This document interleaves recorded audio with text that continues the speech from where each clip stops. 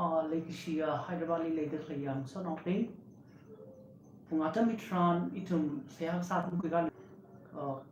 George Lee of Zimson Rotary Kurt Salala we run and run with the Hikata YouTube channel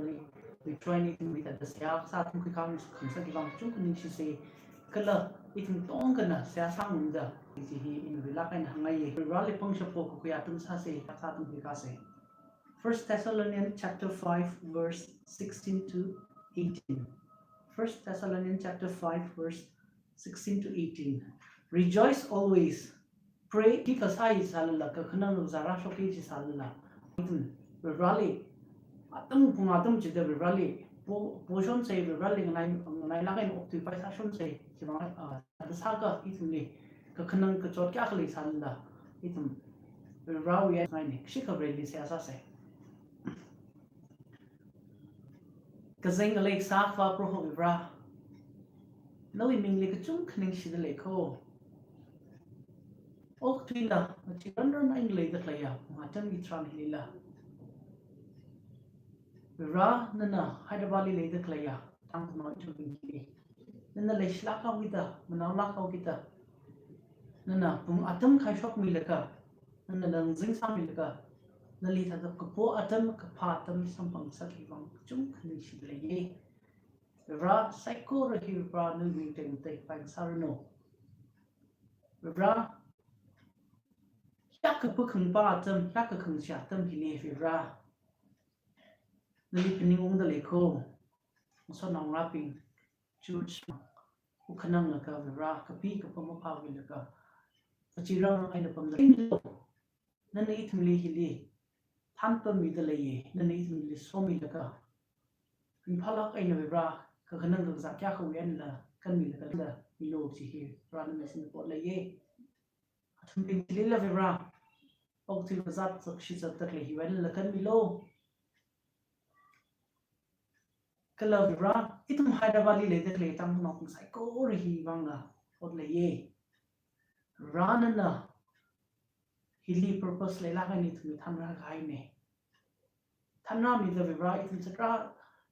Russian the vibra the misok mi shan the vibra man the vibra punga tam mi tram mi la the Russian the ye he vibra ari Russian the vibra okti mi gazat sakshi satak le ba hal mo sai the ka chung gan mi shi chung gan pa ye shan kui the le ye vibra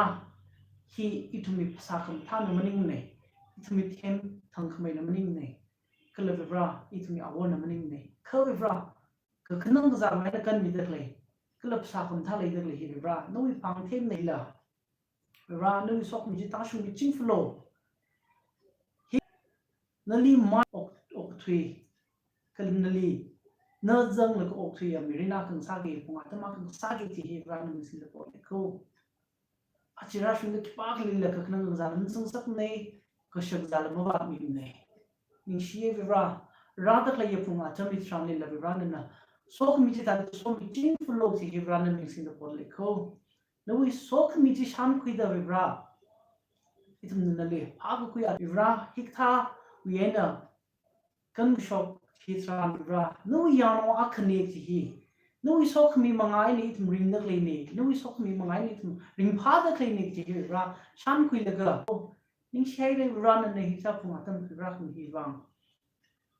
hi sa phung atam sam thang nang ka ina jang da ra Hyderabad le da klei ya no sai ko le no we sok mi ji ta chu ching flow so mi ching lo ji ra na mi sin da ko ne no we ning na atam ji da